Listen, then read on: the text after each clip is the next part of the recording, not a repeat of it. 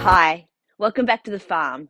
My name's Roz, also known as Passion Flower, and you'll find me here each week talking about my farming and creative life. It's been a really wet week here on the farm, lots of really heavy spring rains. In fact, over 2 days, we had over 120 mil of rain. So it was heavy and constant and just flooded quite a bit. So the paddocks are all really wet. The ground everywhere is like wet through, like when you stand, it just whoosh out of the ground. Our creek flooded, but it subsided quite quickly. It did do a little bit of damage to our little bridge because when our creek flows quickly, it really goes because it's quite a narrow creek. So the water all just like pushes and rushes through. But it subsided quite quickly, and the bridge is fine. Like it's nothing major, just a plank or two. Not like the last big floods where the whole thing washed away. The local town did flood a couple of days later. The Yarra River in Yarra Glen was really, really high on those days where it was raining. It kind of stopped its peak, and then because of all of the rain coming from upstream, it flooded like 2 days later and closed roads. So it's been a little bit interesting around here. Everything is fine now. Everything's subsided back down again. So if we don't get any more substantial rain, it'll be fine. But if we get any more huge rains in the next few days, it will flood again really quickly. The floodplains are obviously still underwater, and they'll take quite a few days to go back down again. But everything else is pretty much back to normal now. And I have another sheep story for you. They're always keeping me on my toes. There's always something going on. So I walked over here the other day to start doing some work in the shed, and it looked like Hurley was inside the little fenced in area that we'd put in the paddock for the trees. And I'm looking going, Hurley, how did you get in there? Like I couldn't see a hole or anything just because of the distance and the way that the mesh and everything sort of blends in with the other mesh. I was worried that he'd like jumped over and then couldn't figure his way back out again because there wasn't enough like run up space to be able to get out the other way. But he seemed reasonably happy. The grass was down and he had made quite an effort on the trees. Those poor trees are now just sticks with like a couple of little leaves hanging off rather than fully fledged trees. And they were just getting to the point where they were really about to take off. Really frustrating. So hopefully I have fixed the fence and I'll talk about that in a minute, but hopefully those trees can recover because it was just at the point where, the spring rains and a bit of warm weather and they should have really started to take off. So I'm hoping that he didn't do too much damage and that we'll just call it pruning and they'll hopefully come back. Otherwise, we could be planting some more, or maybe we just have to ditch the whole trees in the paddock idea altogether because it's just they're just too evil. So I thought he had jumped in and couldn't get out. I got a little bit closer and I sort of spoke to him and called him and said, Hurley, what's going on? Are you all right? And he just barred at me and then just walked out through this big hole that he had created. And I could then see where his wool was caught on like this circle of wire and he just stepped out. So it was like a chicken wire kind of thing, but kind of bigger holes. So they're probably about this big, and the other chicken wire is probably about this big. So he'd obviously just been pushing on it, and maybe all three of them had been pushing on it, probably likely. And he'd just pushed and pushed and pushed, and over time, obviously, it had just become weak at certain points, and he'd be able to just break through. And I don't know how long it had been like that, but I hadn't noticed that the grass had gone down in that area or that the trees were in there, and I certainly hadn't seen any of them in there before. So I think it happened after I moved them back in from the shed grass area, and they were just a little bit annoyed that they didn't have any long, fresh grass anymore. And it just took a couple more final pushes, and he was in there. So I put them into the grass shed area and closed them off so that they wouldn't annoy me, so that I could get in there and assess the damage to this fence. and to fix it. So it was quite a large hole, like a Hurley-sized hole, because as I said, you could literally just step through it. It had sort of worn through in the middle, so the top and the bottom were still okay. So what I was able to do is get a piece of the smaller gauge of chicken mesh and clip it across the top and across the bottom of the existing wire and on the side, so sort of overlapped it where there was still not a hole. And then I put some garden stakes through at different points to kind of try and grab it with some of the old hole part of the wire, and also to sort of provide a visual barrier for them pushing up against it again.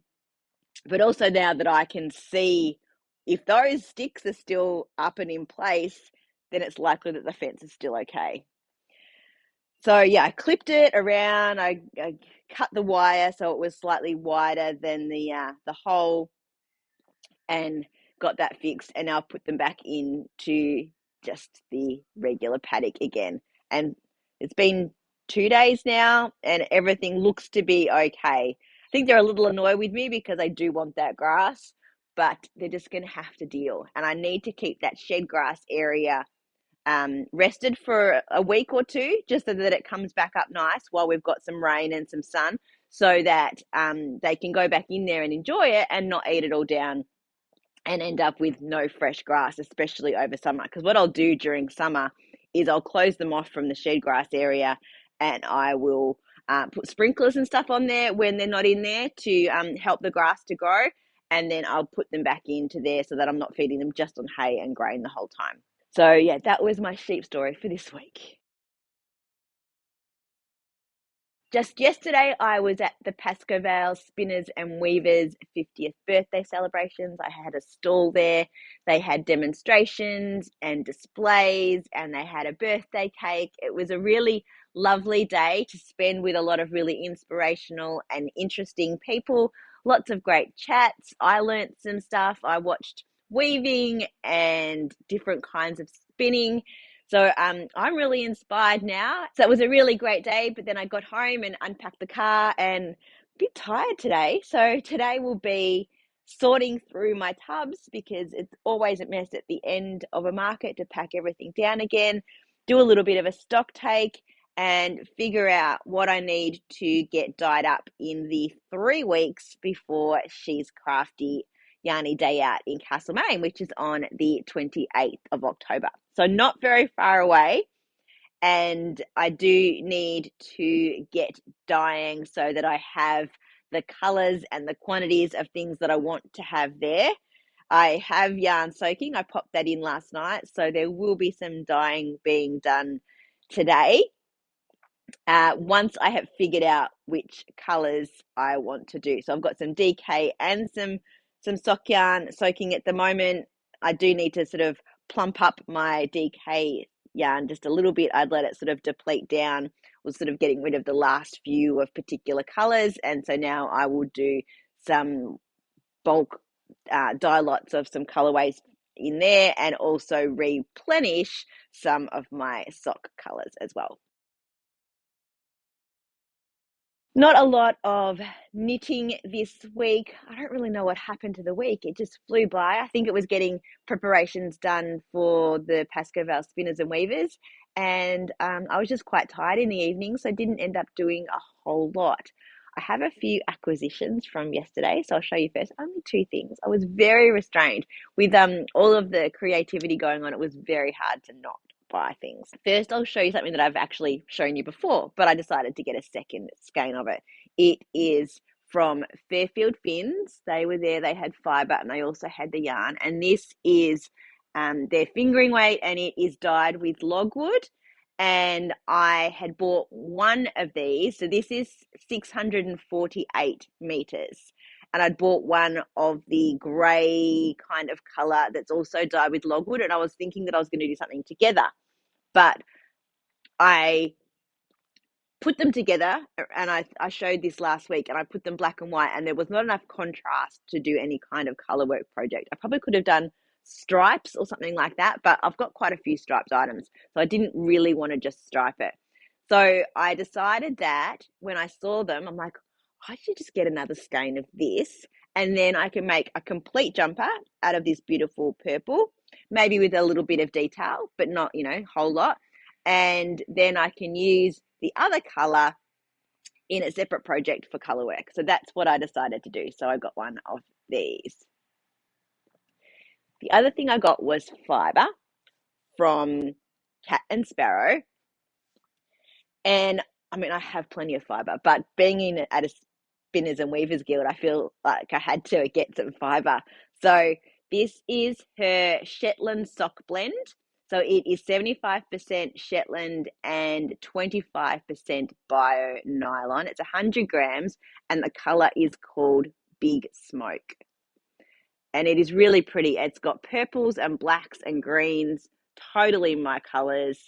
And I would love to be able to spin this and actually make myself socks out of it. So going to go into the fiber tub and will be spun at some point because I've got things on both of my wheels at the moment that have sat there for a while. But getting into this time of year is where I do start to feel like I spin a little bit more. So we'll see how much progress I get, and maybe this will go onto the wheel after that.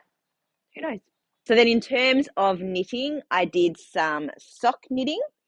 I worked on my 2 at a time socks that I had ripped out and redone. So I'm quite a way through the foot now, and that has just been chugging along. Yesterday at the market, I also grabbed another set of 2 at a time socks out of my own hand-dyed yarn, and I was working on that at the market. And that was quite good. It was a real good conversation starter. And I talked to a few people about how to knit 2 at a time socks and what yarn looks like, in the skein compared to knit up and all that kind of stuff. So that was quite good. So I should probably take that pair to markets and work on it there. And then I also use it for my sock classes as well to demonstrate 2 at a time socks. And then keep not my own yarn for at-home projects. The other thing I've worked on a tiny little bit is Co-Line, which I had showed you last week, which is the color work jumper that I wanted to make. I decided on the colors, and I have done just the very start of the ribbing on the yoke. So my colors are the logwood in the grey brown color from Fairfield Fins, and my contrast color is the Potion colorway by Al of Athena. So here they are together, and I think that they are going to be really pretty. So what I've done so far, I did a little swatch and I've ripped that out, but I was happy with how the contrast looked. I have literally done just the ribbing at the neck, and I've started to do the first lot of short rows for the back. So in about 6 rows, I think, I'll then be ready to start the color work. And I'm actually pretty excited about that. So I'll probably be getting onto that this afternoon, because that would be quite a nice thing to relax this afternoon after a busy couple of days, to get a little bit of quiet knitting in. So yes, I have put the comfy jumper on hold. I'm just not that into it right now. We're moving into warmer weather, and it is quite a heavy garment. It's going to be quite a heavy garment to wear, and it's quite a heavy garment to now have on my lap to knit on. I might find motivation to do a bit more on it in the near future, or I might not, and it might sit until it gets back to cooler weather again. But I'm the boss of my own knitting, and I've decided that it's not something that I want to do right now, and this is what's inspiring me, so that's what I'm going to work on. Well, that's it for another week. Thanks for spending some time with me. If you're enjoying these videos, please give me a thumbs up and subscribe to my channel, and look forward to seeing you next week on the farm. Bye.